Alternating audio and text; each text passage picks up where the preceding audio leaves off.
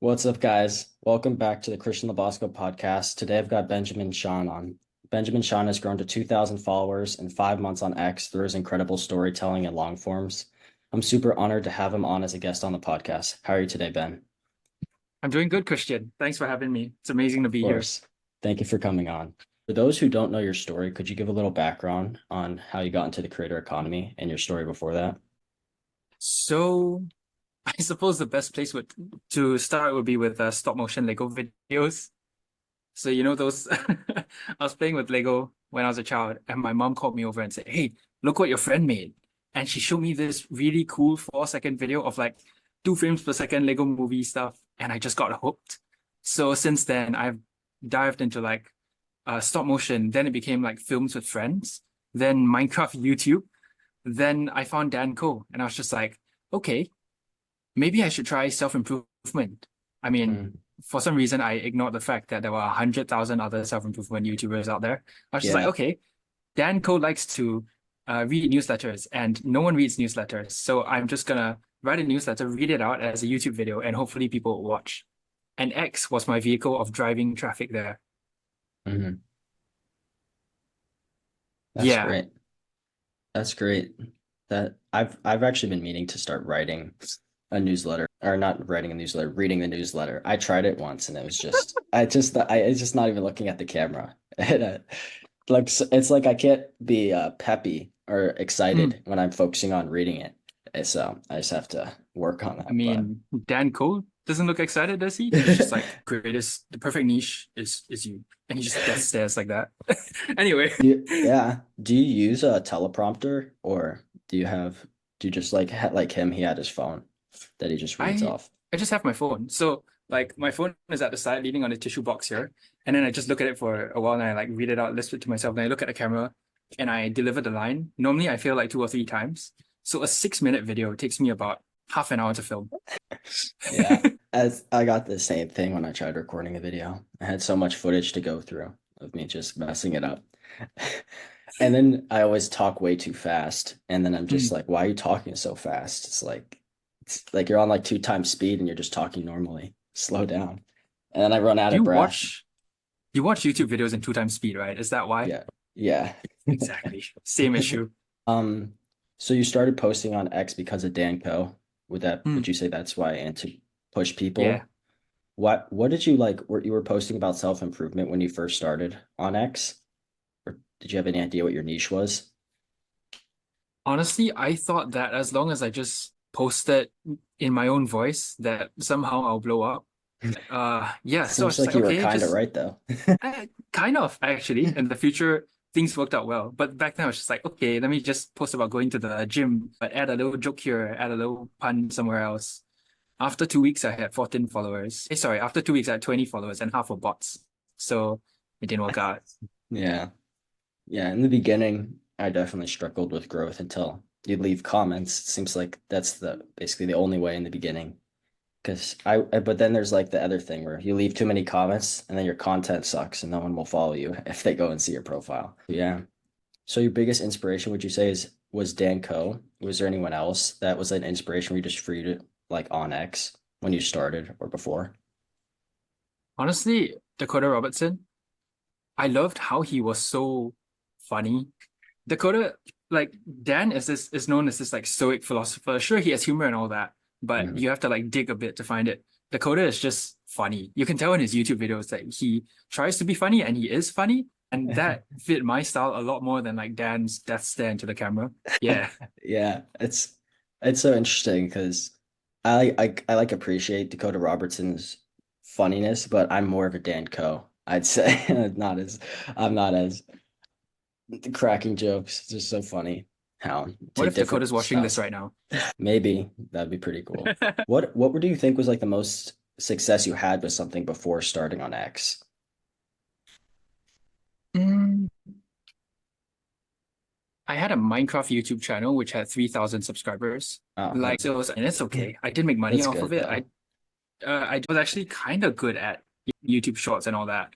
Nearly 1 million views, but no money, so it didn't work out. Yeah.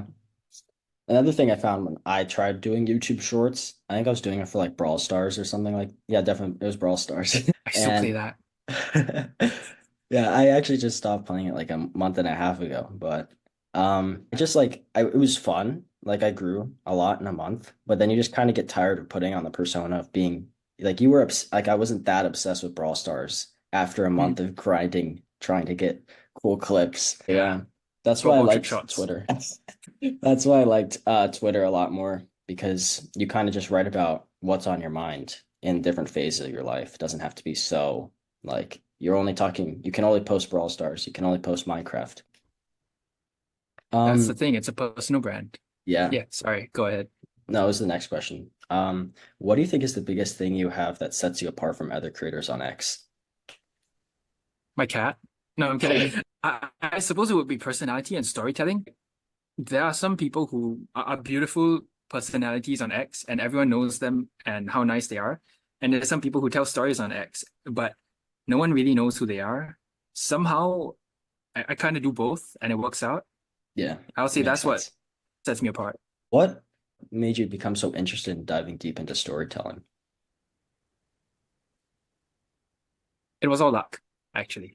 What do you So, mean? yeah, I started off as a self-improvement account, and then I was just like, this isn't working out. Actually, no, it was Vigo who said, Ben, self-improvement accounts grow fast, but it's difficult to monetize. So after thinking about it, trying to prove him wrong, I decided, okay, you know what? I like books. I'm just going to switch to a book niche, which in contrary, I mean, thinking back, it's not much better, but at least it's something. Then at this point, it was about like late December. I decided to make it my New Year's resolution to learn storytelling to help with books. And yeah, I did that, and my post started not blowing up, but I mean getting like back then I had 600 followers. My post got 1K, 2K consistently. And then yeah, I saw that was because of storytelling, so I decided to make the jump. How did you like start to learn storytelling? Like, where did you go to start to learn that skill? It started with books, specifically Storyworthy by Matthew Dix, The Mhm. Science of Storytelling by Will Storr, and Expert Secrets by Russell Brunson. And after reading these few, I tried to implement it to X. Then I realized that, it was kind of working. And it was only when I took like what I learned from YouTube, like the 2, 3 years of learning YouTube and the storytelling I just gained from the books, put it together for X. And that's when I developed my own writing style. Do you have any favorite fictional stories slash series from when you were a kid? Do you know How to Train Your Dragon? Yeah, I never read the books though, but The books are good. The movies, okay, honestly, I don't know which is better. But okay, yeah, the books are better. I love the movies, but the books are better. And then yeah, the TV series, all 6 seasons, amazing.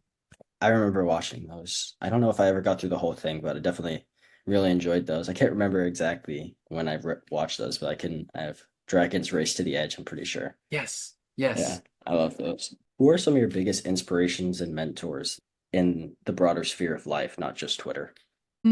Inspirations. Funny enough, I get a lot of my original content ideas from watching Mr. Beast. Like in terms of how to break down don't want to give away too much, but the way my expos are structured are a lot like his YouTube videos. I remember like I was such an OG of Mr. Beast that I remember seeing his 1 million subscriber special come out.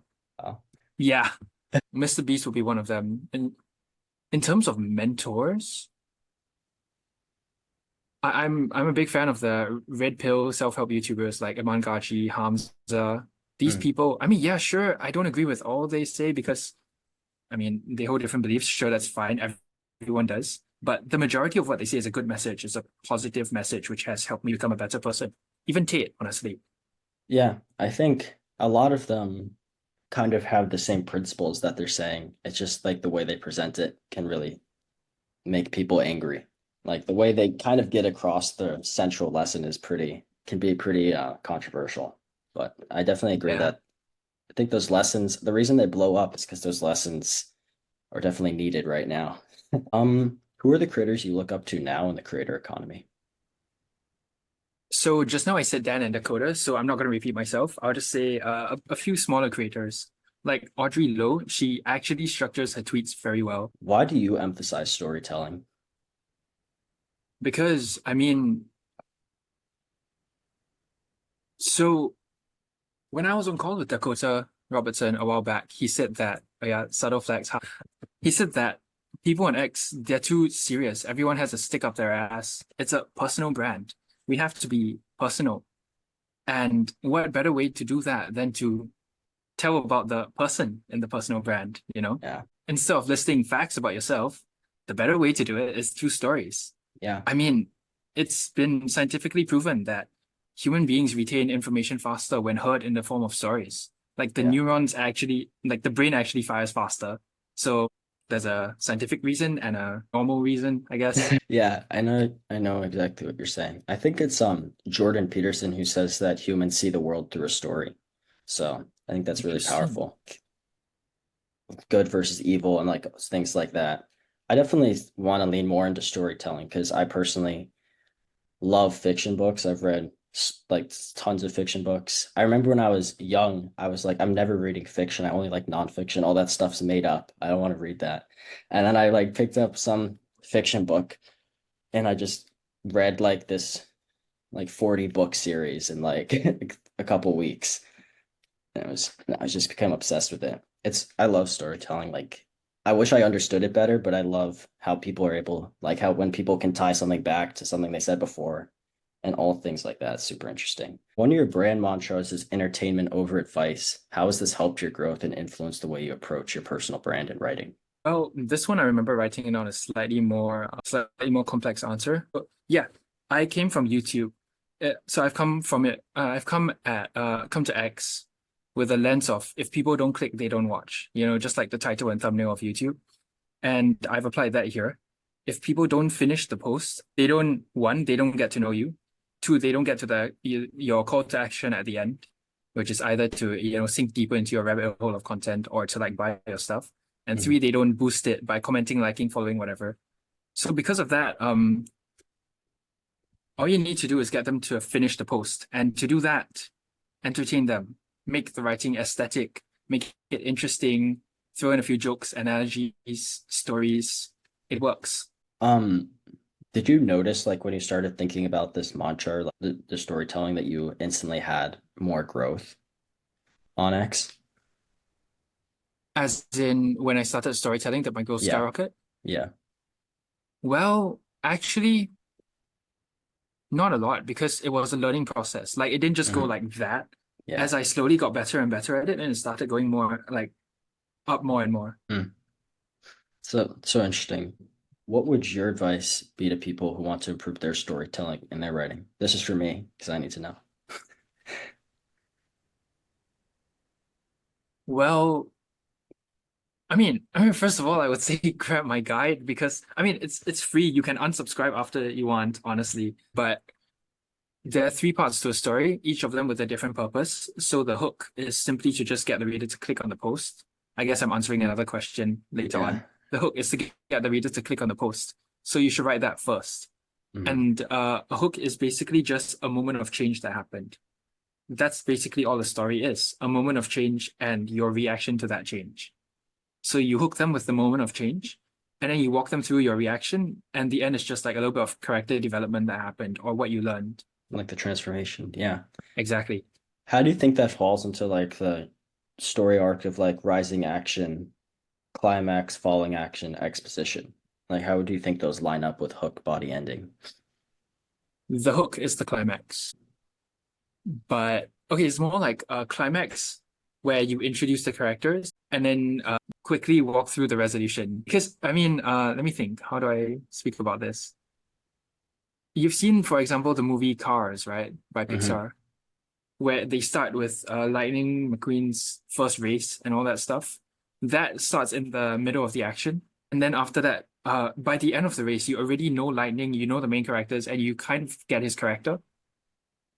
So that's what I try to do with my hook and my body. And then since I can't write a whole movie in my X post, then normally I just end with a bit of character transformation there and I just end it. That's really interesting. It must be powerful, like having this lens. So when you do read and like watch movies, you kind of can see it and like you pick up on things that like the fact that you thought of that cars now is so interesting. I wonder, is that something like normally happens? Like if you're watching a movie, you'll just like pick up on the things they did to tell. like their storytelling techniques? It's more of YouTube videos where I actively notice it. Mm, Movies, I try to just, just like relax. third person it and just actually enjoy the movie. Yeah. I know what you mean. Yeah, I definitely noticed that. Like, especially in Mr. Beast video, he'll like start like super high energy, like you're like in the middle of it. It's like this is what's happening, tells you everything. It's like 6 seconds in, he's already running away from like an army guy. Yes. Um, what are your thoughts on writing long forms versus writing threads? Okay, so until a week ago, okay, no, until 2 weeks ago, I hated threads because they look very messy on your profile. Like, it kind of just messes up the order. You can go to your Mm, profile and you click one thing, and all of a sudden you're in the middle of a thread. It's mm, so weird. But recently I've seen some creators blowing up. I mean, you probably know who they are, yeah, using threads. So I've started experimenting. At this point, I still prefer long forms because it's so much more compact. You click on it, you see a huge chunk of nicely written words. yeah, It feels just so much more professional, so much more compact than like click, you scroll and you click and you scroll and you click and you scroll. yeah. I Long completely forms are understand. king. Yeah. Is there like, do you have different kinds of long forms that you write? Different kind, like I don't know, like story, authority, or something like that? I have three different kinds of long forms I write. First one is just straight up authority long forms, where it's I just hit 1 billion followers. Here are my 500 steps. Number one, so and so and so. Hmm. And I also have these which I call mid forms, where they're normally about maybe 2 to 4 times the length of a regular tweet, where it's just about a small moment of change. Like for example, recently I did one about my friend going viral and me feeling jealous. So that was just about how I felt about it, my thought process walking through, and then that was an end, just a quick 1 2 minute read. I think I know who And you're then the talking other, about. yeah, whoops. And then there is, I guess I call them super long forms, mega long forms. These are Mhm. just like full on stories purely for entertainment, no actual lesson. These ones are to just experiment and walk my readers through my emotional journey and get them closer to learning about me and who I am, and also showing off what I can do as a storyteller. Like I don't know if you've seen my pin thread about me being the son of a millionaire. Yep. Yeah, that was one of those where it's about 3 or 4 times longer than the rest, where I just walk through a whole journey and my thought process through the whole thing, ending it on like a little emotional little high. No, I mean, no education, just purely entertainment. Those Mm. are my three types. Yeah, that's so interesting. What long form would you say is the long form that you would write to try to get people introduced to your content and your profile? Definitely the mega long form, but those take quite a while to write. And Okay. I don't want, yeah, it normally takes me like slightly over an hour, and I just perfect it over and over again. I try not to do them too often because I don't want it to be seen as like something I normally put out.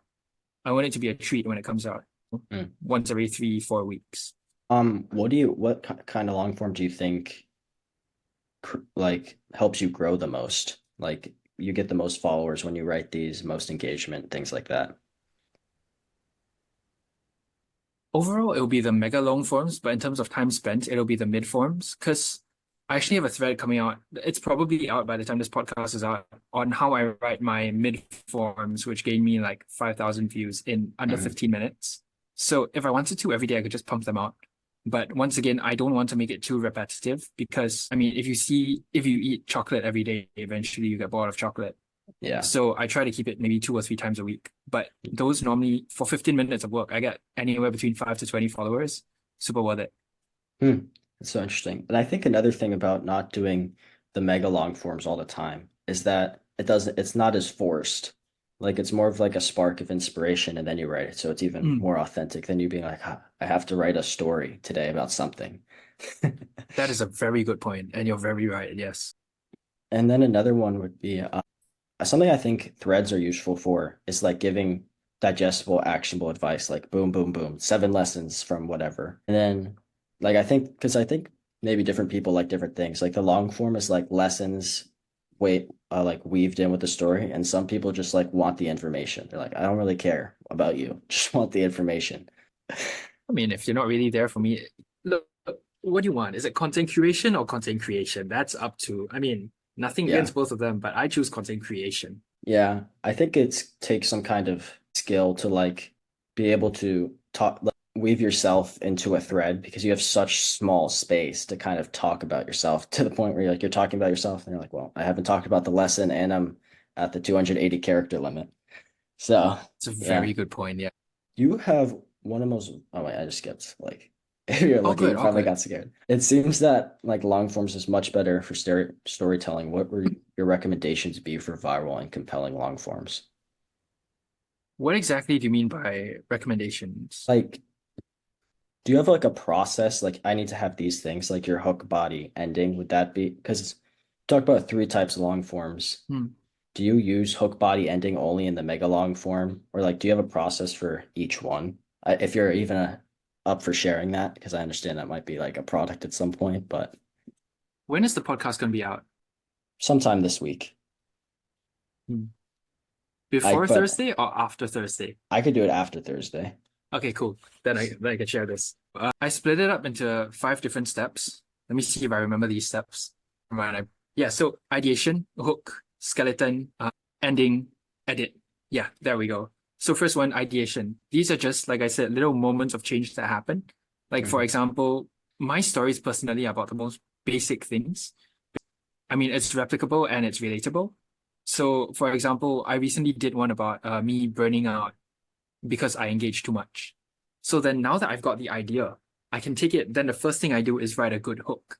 So if I, this is another thing I've gotten into a bit of controversy over, but if I cannot think of a good hook, I just don't post the thing. It's not worth it because like you spend so much time writing everything else Hmm. and no one sees it because you failed at a hook. Like imagine Mr. Beast, he forgot to make the thumbnail, so he just took the screenshot, like Yeah. he won't do that. It's not worth it. Hmm. So once I've got That's the super hook interesting. and the end, I've got the lesson and I've got the, wait, let me see it from your side. I've got on one side, I've got the hook Hmm. and I know the lesson at the end. Then all I need to do is, I've basically got the start and the finish. Then all I need to do is like string together, basically just brain dump everything.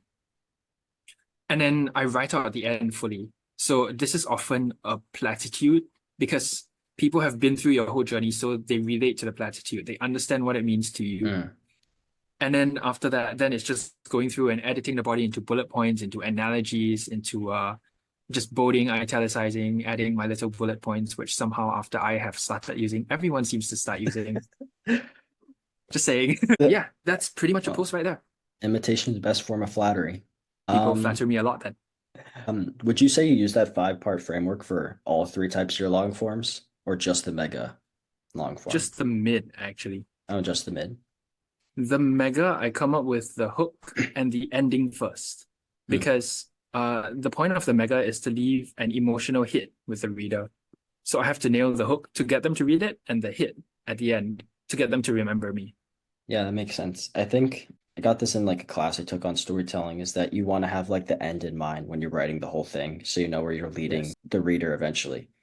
And then with your authority long form, is that a different framework for that compared to the other one? Honestly, with the authority long forms, I kind of just stick to what everyone else does, except I try to use more how I, not how to. So instead Mm. of saying like release here's how you make a good giveaway, you need this, I'll say my giveaway went viral, it got this, here's how I did it, and then a few steps, and I'll end with like a bit of my thoughts where I say like uh it's only because of my friends that I went viral. I mean, like, it's all about what I did because it might not be the best way, but it worked for me, then people trust me more. Yeah. I think it's also just being like honest. Like we definitely don't have it all figured out and we don't know how it relates to everybody's situation, but how I is definitely more authentic and like this worked for me. There's like nothing anyone can say to that. It's what worked to me for me. Like what are people Definitely. so supposed to say?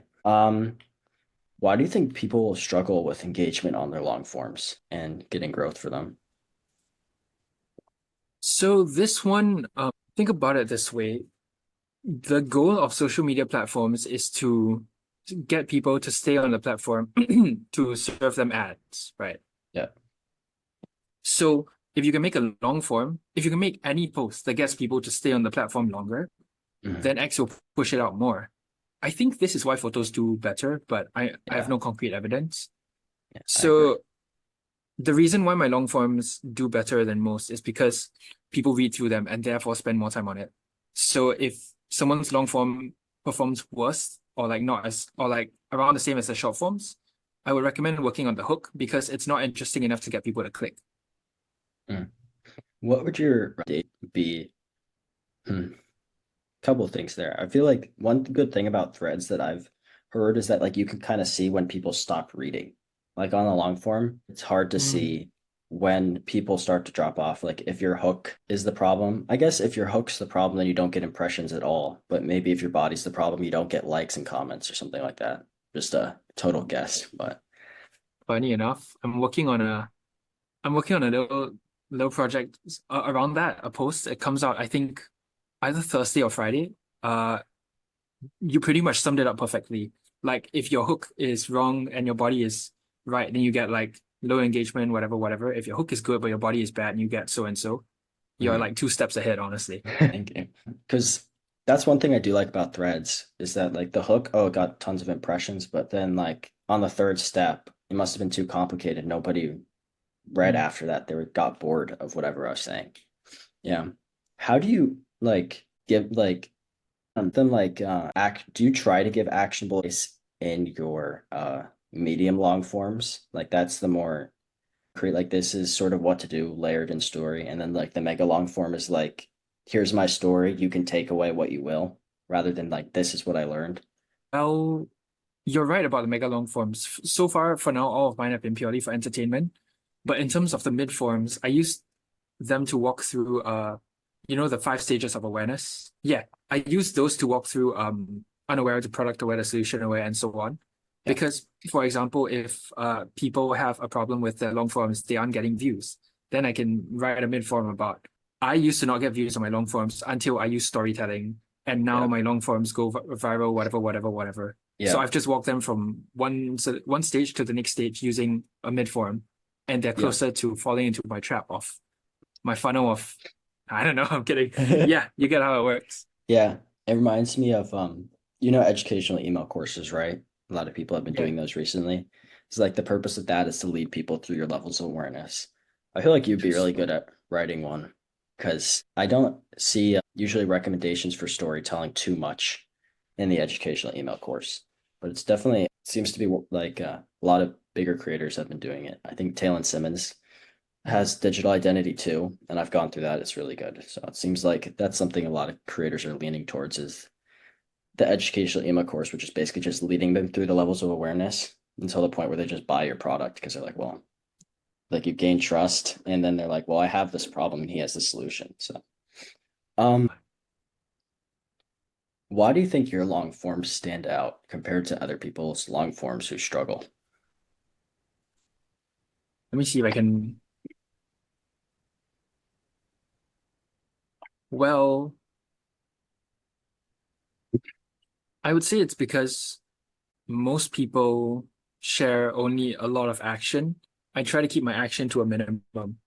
Instead, I share like what goes on in my head rather than in Hmm, action.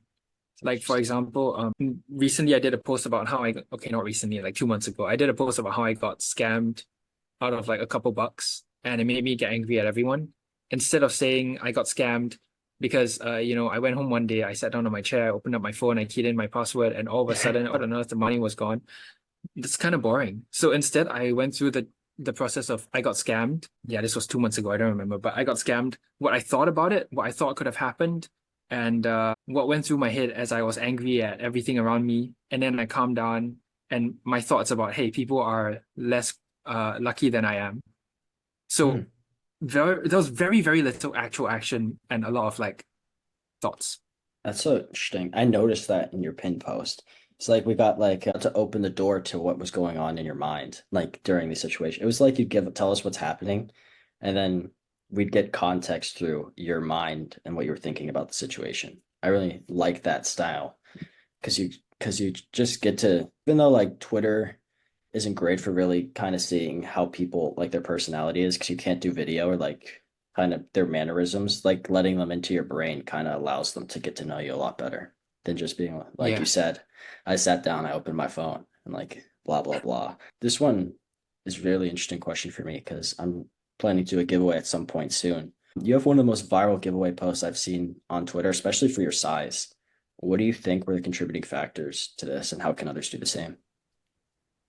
Well, I would say 80% of the reason why my 90% of the reason why my giveaway was successful was because of everything I did before the giveaway. So, first of all, a shout out to Harry Beto. He has this fantastic lead magnet on lead magnets. I'm gonna That need that. it's amazing. I don't know if it's paid, but honestly, like, unless you have a mentor who knows how to do it, I would recommend just getting it. So what I did was basically market research, where I found out like, the people need this. Originally, it was supposed to be like an email course, like a 7-day email course. But Mhm. then I thought about it, I was just like, people don't need a 7-day email course. People just need like the basics, and then I can teach them the rest of my program. So after that, I wrote out like a brief draft about it. Then I got a lot of my friends' input. I am in a mastermind kind of with me and three other friends, and they helped kind of workshop it together with me. Like I asked them what they needed and what they thought others would need. And then after that, I basically had like a 90% done product. Then I sent it to about 10 people and asked them for feedback and roasting. Mm. Then I took the roast, changed it, and took the feedback, posted it, and used it to generate pre-hype. And then on the launch day itself, this was honestly one of the biggest things. I've been pretty open to helping people for free, like for the last like 4 months. So the moment I launched a giveaway and I asked people for a retweet or just support, I didn't even ask for a retweet. Somehow the NA giveaway ended up getting like over 130 reposts, which I think that's pretty high. Wow. There's a lot to unpack there. That's so Sorry. good. No, it's amazing. There's that you have like that strategy. I really hope to someday start like that mastermind because it's just so useful when you have people that are as committed to what you're doing and you're just like two brains are better than one. You just get to like get so much more feedback. I always get the thing where like you'll see someone else's situation and it's always like so obvious what to do, and then you're in your own situation, you have no idea what to do. So it's Yeah. super interesting. Is the people in the mastermind like only do Twitter or they do YouTube and things like that? I mean, they're all on Twitter. You probably actually know some of these guys. They're Arnie Ho, Ren Wilder, and Nicola. I don't know how to pronounce his last name, so I'm not going to try, especially because this is a podcast. But these guys, they're all geniuses. They're all like amazing in their own ways. So we all just kind of bounce off each other. We all learn. When we fail, we tell the others what we could have done better. And yeah, that's why we're growing at basically 4 times the speed of everyone else. Yeah, that's so it makes so much sense. I've seen that theme. Like Vigo was doing similar thing where he had a call every week and he's grown an Mm, insane amount. Aiden, Ewan, and Savas, who are ex-Order, like they're basically a mastermind because they're running that community together. yeah. Yeah, like just having people. I think it's definitely super refreshing because, like, in at least my normal life, there's not that many people that are interested in like growing on Twitter and like writing. So that's why the internet's so amazing because it's like if someone's interested in something you're interested in, there must be at least like 1,000 other people that are interested in the same almost exact thing. Yeah. So the feedback you get, do you sort of use that as a testimonial, like as for hype, like that Mm. feedback you get before you launch it actually? Yeah. So what I did was yeah, I sent it to about 10 friends and then I screenshotted, cropped it out and pasted it into one photo. Then I used that as the testimonial. And another little thing for post giveaway hype, like a day after I said, hey, the giveaway went viral. Here's what people are saying. And then sorry, I skipped a step. On the giveaway itself, I asked people to quote tweet it for a bonus. Reason why I say quote instead of retweet, because then they can say some nice things I can use for a testimonial. Hmm. That's really smart. Never seen anyone, I have a heard lot anyone of them say I've that. never used. Got to pick and choose, honestly. It's a good strategy. Yeah, so do you think it's definitely useful to incentivize the like repost quote tweet with a bonus? I've seen that because when I first got on X, even 4 months ago, people weren't really doing that. And now it seems like that's become like the theme of people saying like you get a bonus if you repost. Because it used to be I would reposts are say appreciated. I never got that. Like, I think Brandon's story was the one who I learned it from. it makes sense because law of reciprocity, like you Yeah. help me with something and you get this because that's just how it works. So yeah, in fact, the bonus, in my opinion, was the best part of the giveaway. And like I was serious about it. I said after April 6th, because that's 2 days after, then I'm deleting it. Then I was serious about it, I deleted it. And then those after didn't get it. Mm. Do you ever use what you give away as like a product at some point, like just like on Gumroad or something like that, or does it just disappear once the giveaway is kind of done? So my I know most people say the giveaway is up for 48 hours. For me, I did not say that. I only made the bonus available for 48 hours, but the giveaway is still up. Like it's a link in my bio now if anyone wants to grab it. I mean, you don't even need to follow me or whatever. You can unsubscribe after, just go check it out. I don't intend on putting it on Gumroad or making it a paid product because first of all, I like seeing people's stories around. It allows me to learn more about my friends, and that's Yeah. special, especially because like I caused that. And Yeah. also there's an offer at the end. And if say, for example, if the offer is 500 and the product cost is maybe like, 25, that's a lot less people seeing the offer for only like one or two sales. It's not very worth it. Hmm. That's interesting. It sounds like you've been able to build a lot of goodwill, like in the community, just from helping people for free, like going out of your way to really help people with calls and the giveaway, not making it paid later and things like that. Definitely get that vibe from you that you're just Thanks. here to help. Just I appreciate that. yeah.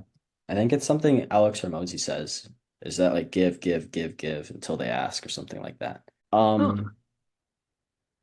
What would you recommend to a person on Twitter who is just starting to grow or like just starting out? Um, I would say pick a general niche and a unique sub niche. So a general niche so you can find your audience. For example, this could be, yeah, for me was X growth. Now it's X growth, and my sub niche is storytelling. So X growth, I know there's an audience for X growth people because everyone on X is trying to grow, and I use storytelling to make myself unique in this case. Mm. Like, yeah, it can be anything, applies to any niche. So just pick a general niche and a unique sub niche. Um, what do you think is the growth strategy? Like, how does it change on Twitter from 0 to 300, 300 to 500, 500 to 1,000? Like, those are random. But what do you think are like the lever moving tasks that you have to do from certain follower ranges or different stages of the journey? I would say, okay, my answer is going to be slightly different because I made a mistake at the start where I just went full on engage mode, like 3 hours a day for like a month. I would just engage, engage, engage. Yes, I ended up with 500 followers, but that's all. Like posting viral formats, platitudes, Hmm. 500 followers. I mean, it looked impressive from the outside, but on the inside, I had nothing. So if I were to start from zero, oh wow, this will make a good tweet actually, like a long form on what I would do if I started from zero. But mm, first, I'll try to brand myself differently. Like I said, choosing a general niche and a unique sub niche. If not, then no worries. Just start writing; it'll come. The main thing, what's important in like the first 0 to 500 range is that you just kind of figure out what works on X. You Hmm. try to make yourself unique, and you make friends. Wow, I should make Yeah. that my tagline. Yeah, Yeah, I just came up with it now. make friends. Yeah, genius. Make friends because not because they'll comment back, but because then you can actually, this is social media, have fun, hang out, have a Yeah. group of people who, like I said, can walk you through everything.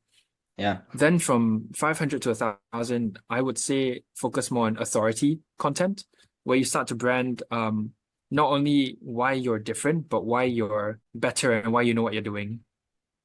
And you start to share a little bit more about yourself. Then honestly, after 1K, like I mean, I hit 1K like 2 months ago. I didn't learn that much since then, but it's more just keeping up with authority content, experimenting with different things. Now that you kind of know what works, you can conduct better experiments. And yeah, that's about Yeah. it. I love that, like, conduct better experiments. Like, you kind of know the format. Now you just have to, Mm, like, I need to experiment with this hook, this body. Maybe if I tell the story like this. exactly. What do you think are like the kinds of posts that you should be doing? Like, do you think at the beginning, like 0 to 500 should be tweets, long forms, threads? Like, what kind of posts do you think you should be doing at different stages? This one, once again, I cannot give like a concrete answer because I messed this up at the start. I would recommend trying out long forms, but mostly just make sure to show up and post every day no matter what. Yeah. Post a lot of wins. Like you hit 10 followers, post about it. It'll probably get you to 20, then post about that, then post about 30, 40, 50. Yeah. After 100, don't do 110, 120. Then do like 150, 200. So post wins because momentum is important, not only for like your account and your followers who see you like as someone who's an up and coming person, but for yourself. Like it validates you and you realize that, hey, I can do this. I am growing. Post wins, post a few long forms if possible. But honestly, yeah, at the start, just keep posting. A lot of people Yeah. just fail at this. Yeah, I feel like it's just like getting your reps in. Like you really like I don't remember. I really had no idea what I was doing. I was just Yeah. posting into the void, and that was fine because you just got to experiment a lot and see what worked. And posting once definitely helped me. I remember I like celebrated 200 followers, and that was like the first time I celebrated or 100 followers, and that was the first time I celebrated. And I was at like 200 followers in like a day from like posting that I got What to the 100. heck, dude? So like, it really does work. It's so interesting. It's like people are like, it's kind of like what you said with Mr. Beast when you saw him at the 1 million subscriber special, like that Hmm. video. It's like, I want to get in on this kid before he's like gonna keep growing. So it's interesting. It's like, I was with him at a million subscribers. It's like that kind of momentum thing is interesting. I wish there was a way to prove it. That'd be fun. What do you think is the biggest mistake that new creators make when trying to grow on Twitter? Oh yes, I'm excited for this one. I can roast people. No, I'm kidding. Once again, bringing this back to me screwing up.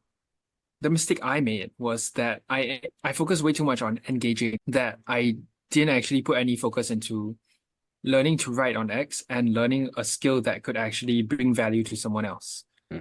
I mean, at the end of the day, engagement, yes, it does bring eyes to your profile, but good writing keeps them there. Value keeps them there. Yeah. It's like yeah, you can imagine you have a house ready for a party. You can go and bring as many guests in as possible, but if your house is like dirty, your house is messy, people are just gonna leave.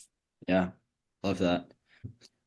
Something I've been thinking about is that like writing this post, but I'd have to think about how to do it, is like you don't need to like engage 100 times a day or whatever. You only need to do 10 like quality comments and like this whole system that I have to probably figure out a way and get results from it.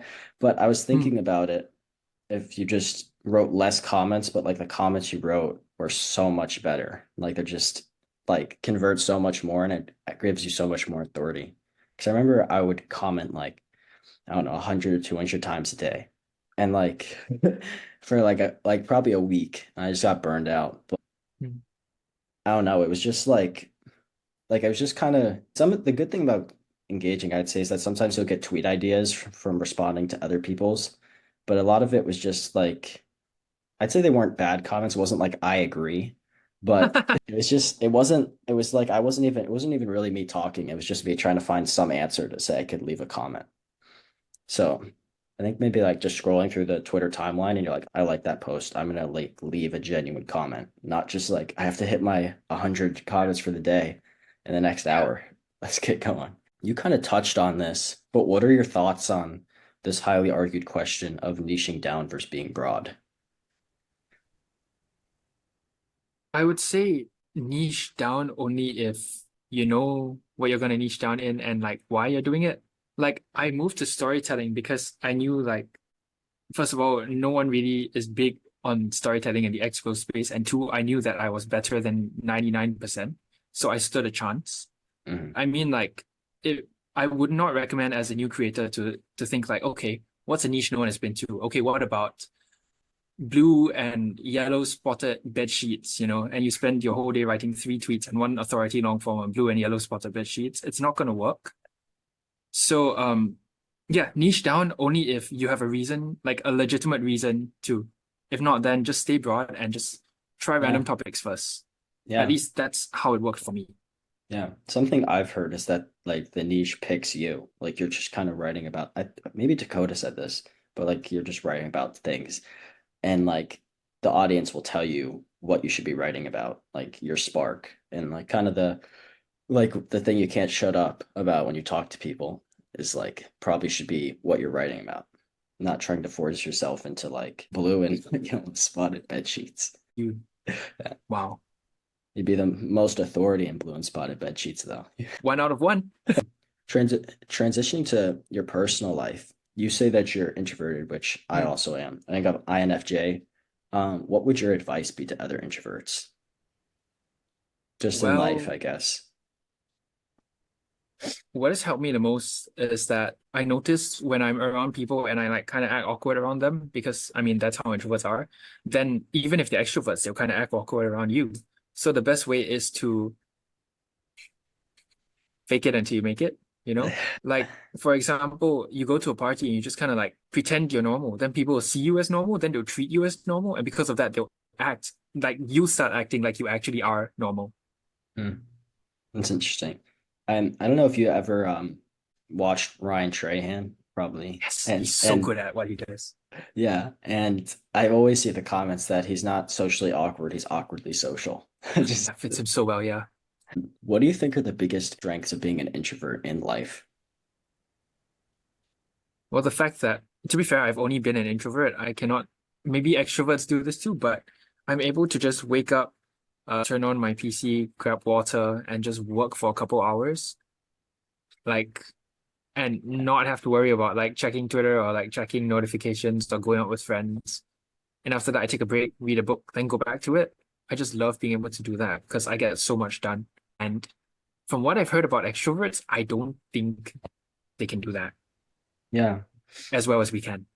Yeah. It's something else I like about like being an introvert is that I thrive much more in one-on-one or like small group rather than big. And I just feel like you can get so much deeper, meaningful connections one-on-one than trying to like be with everybody rather than like one person. Like you're just focusing on one person rather than being like at a party or talking to everybody. So that's something. 100%. What do you think are the biggest strengths of being an introvert when writing on X? I suppose because relating back to your point, you're better at one-on-ones. You're better at creating personal conversations, deep, meaningful friendships. So when you mix with people on X, you're easily able to crack down the walls and go straight into like make a deep friend, even though you're still online. I would say that's the best thing. Like some of my friends on X, some of my closest friends now are people from I met on X. Some of them I've actually even met up with in real life. But all Yeah. this wouldn't have happened if we were just like, like if I was an introvert, then I just said hi and just like joked around with them every day. I Mhm. think, yeah, that's what being an introvert does, you know? You get to make deep, meaningful connections. Yeah, I agree. And I think a lot of this, I can't really speak for extroverts, but Hmm. thing I hate is like the shallow level, like the shallow questions where it's just like talking about really nothing. Like you're just speaking to speak rather than really diving deep. And that's something I really like about being more introverted. It's somewhat like I think like there's something like you get exhausted by social interaction. I think it's like you get exhausted by shallow social interaction. Like you'd rather go like deeper into who this other person is and like what you have in common rather than like, I don't know. I don't even know what people talk about, honestly. So The weather, I don't know. celebrity drama. Yeah, I heard. I can't be bothered. Yeah. It seems like you played a lot of video games as a kid, Minecraft, play Brawl Stars now. How would you say this experience has shaped who you are today? Honestly, I would say Brawl Stars shaped my experience more than Minecraft. So Really? I actually downloaded the game pre-beta. I don't know if you know, but those who got it pre-beta have the Star Shelly skin. I have that. Hmm. I've been playing well before that. Like I've been top 1% for the last 6 years. So the thing about Brawl Stars is that it's a Supercell game, and because it's a Supercell game, once in a while there are bugs which allow you to break the game. Mm. And some brawlers which should be very difficult to push. I swear this is related. Don't Yeah. leave the podcast. Some brawlers which should be really difficult to push because of one tiny little update, they suddenly become like the most broken thing ever. So Yeah. I like finding these little exploits and taking advantage of them. Oh my God. Leon just was like 12 seconds invis when he came out. In the same way, X is the same. I try to find like, this engagement strategy works better, gets me followers. Hmm. Posting a mid form, it takes me 15 minutes, but I get 5 to 20 followers from that. So these little hacks Yeah, almost. like I optimization. like to, yeah, exactly. I like to find them and I kind of just gamify the whole thing. Like I try to race people to imagine to milestones without them even knowing. And then I laugh at them when I win, even though they had no idea they were They racing were the in the whole time. race. Yeah, I know what you mean. Definitely that competitive aspect is something that was probably unhealthy for me as to some Mm, degree in video games because I remember COVID. I had I was in a Minecraft like SMP and like we were on all day and it's just like who can progress faster, who can progress faster. And it's just like and then it's like how can I get more done in less time? So then you start like I'm gonna create Bombs. automatic farms and like Dude, it's we play just the same games. What a yeah. I remember when I remember when I first played my like on probably my computer, but I think it was Bedrock. I didn't even know about Mm, Java, so I was playing Bedrock on the computer. I like found like the fish farm where like you would sit and you would like get wake up the next morning and you have like the best loot in the game and you could just upgrade yeah, everything. Yeah, definitely. I used to hate that I wasted time playing video games, but I feel like definitely shapes who I am, like optimization and like how can I do this better and like competitive. And it makes you obsessed. So like if you're obsessed about video games, you can probably get obsessed about something else. exactly. And also, I feel like video games aren't the problem. It's like unconsciously doing video games. It's like using it as a way to escape from like your actual problems. But if you're just like, I feel like video games can be a great way to connect. It was for me for connecting Yeah, with people. Yeah. just like everything Yeah. else in life. I mean, excess is wrong, but a good medium amount is good. Like, I mean, too much water can drown you. Yeah. This one is kind of a switch from video games, but what would you say are the biggest lessons you have learned from your father? 'Cause I suppose it was just like that I can do so much more than I think I can, than most people think they can. yeah. Like, I mean, my dad has done uh, a lot more than most people have done.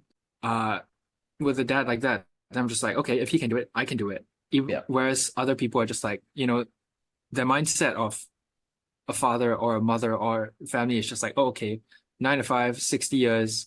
Robin Sharma had a great quote. Most people die at 30 and are buried at 80. That's Oh most wow. people's Yeah, reality. But that's for really good. me, I know, right? It's a good quote.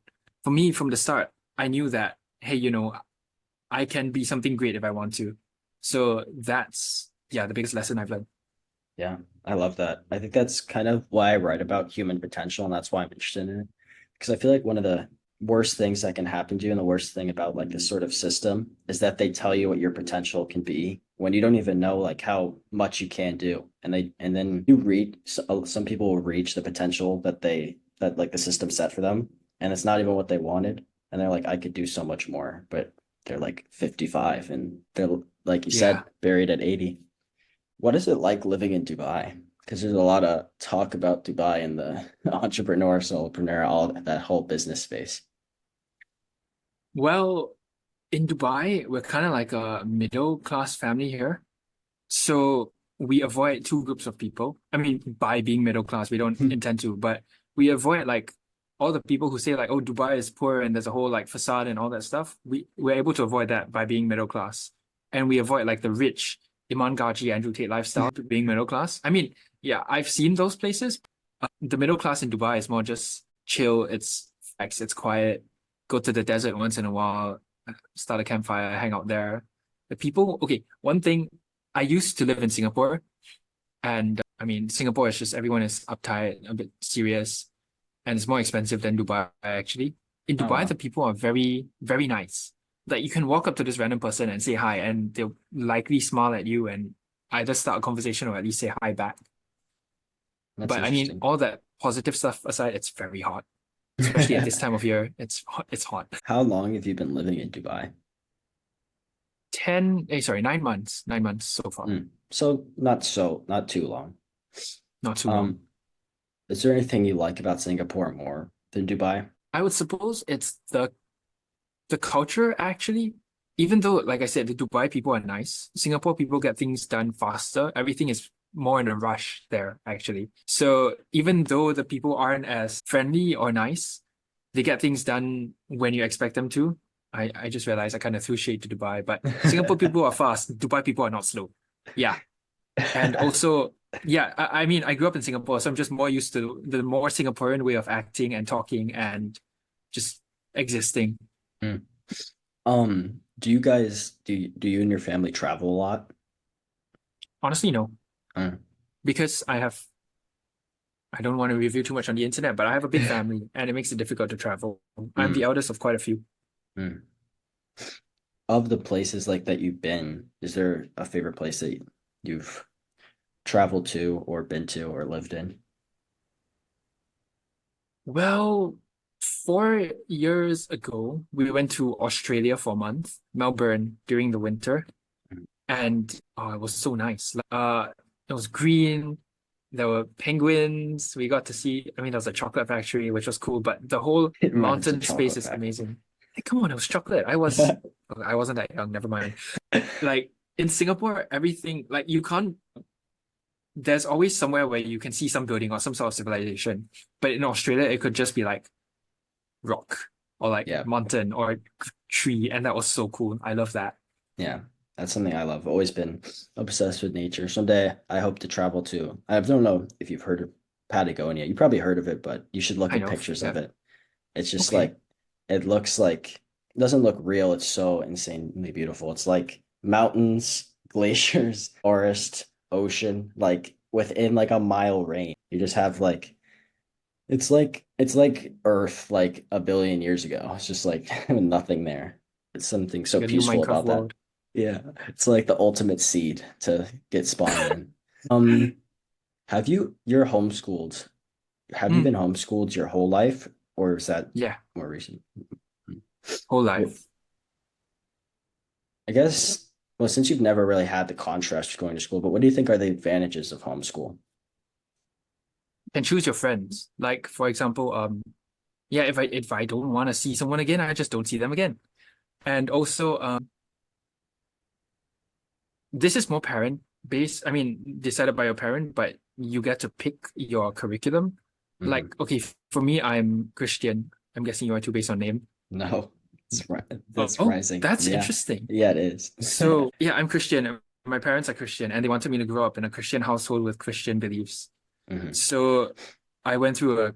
I feel so weird saying your name multiple times, but I went through a Christian program instead of like the usual school system, and that has cemented my beliefs more than Mhm. just once a week in church.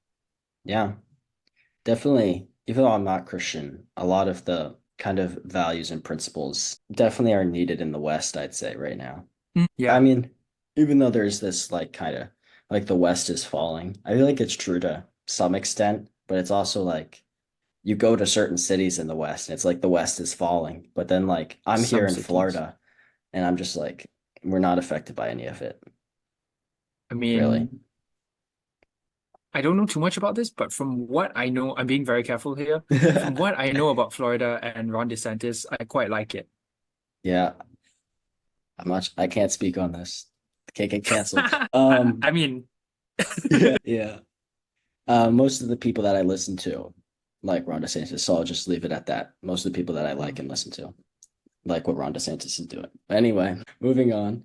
What are your like future plans and next steps you're taking, like with your creator and your creator journey? well, I would say the near future, it's a rather lofty goal considering I started like late last year, but I'm hoping to hit my first 10K month at the end of this year. Yeah, crazy, right? Last month was my first month of That's awesome. monetization, and this boy wants to hit 10K. My next step would be my program actually just released like officially on email like 24 minutes ago for this month. But next I'll be doing a mastermind where I can take on more people and move on to like a group model to save more time. And then Mm. I can start work on a digital product. It's gonna be like 2 hour writer, but just story related, stuff like that. From The then, honestly, I don't know. so how do you plan to is the mastermind sort of like a cohort or is it more of like a community that you're with for a while? Like a cohort. Yeah. Or do you plan to host that? Like where do you plan to host that? Is it like Telegram or school or I'm actually something like thinking that? of school, but Yeah. I mean, I'm polling my friends to see like how many of them use school and all that. A lot of them So say they have it, but don't use it that much. But I mean, if they pay money for it, they'll likely do it, right? I don't Yeah, know. But will they pay money for it if they know it's on school? I still have to figure these things out. yeah. You know who has an opinion about this? He went on a master class in X order and he didn't like school. Dakota Robertson said he'd rather use I think it said heartbeat, something called heartbeat. He said he does not like school. He used to have a free community on Heartbeat. I was in that. I don't know what happened to it now because I can't be bothered with so many social medias, but Yeah. yeah. What do you think is like the end goal with you as your creator? Like, I don't know, 20 years from now or something in the future, like long term. Honestly, I see this as just the starting point. Like, I don't intend to be famous or anything. Like, I mean, I'm an introvert. I don't need the fame. Yeah. Funny enough, I honestly don't need the money either. I'm just here to like make something of myself and to Mm. just be someone who I can look back and say, like, hey, I did good. I'm proud of what I did. I made the most out of my resources, my abilities, my mind. Yeah. Uh, that's more abstract to answer your question You're properly. building your story. Whoa, whoa. Yeah, Yeah.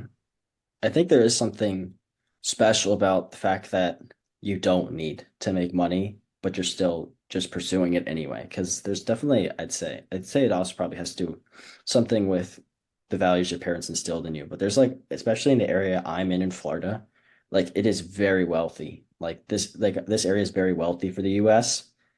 And most of the kids here, I would say, aren't pursuing anything really, besides like probably being a doctor and things like that. But other than that, not too much. Like can't think of the word, but like I guess or internal motivation to do something, although they really have no external pressure to do anything. Do you have, this is kind of going back to living, but do you have like a dream destination you'd want to live in? Is Dubai the dream destination to live in for your whole life? honestly, I'm still quite new to Dubai. I really cannot say, dream destination or whatever. Hmm. At this point, I still prefer Singapore, but that's because I've grown up there. Hmm. No dream destination. I guess you kind of answered this already, but do you want to be a micro authority or do you want to grow a large brand?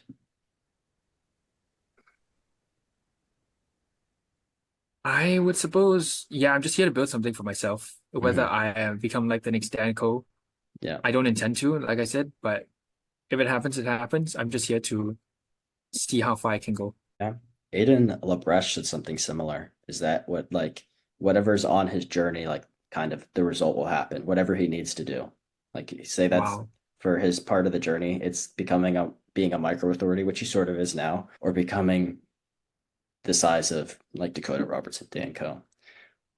As we come to the end of the podcast, if you could only have the audience have one takeaway after listening, what would it be? Hmm. I would say, yeah, if you're building a personal brand, be more personal. Because at the end of the day, if you just sprout advice, platitudes, 99% of that can be Googled.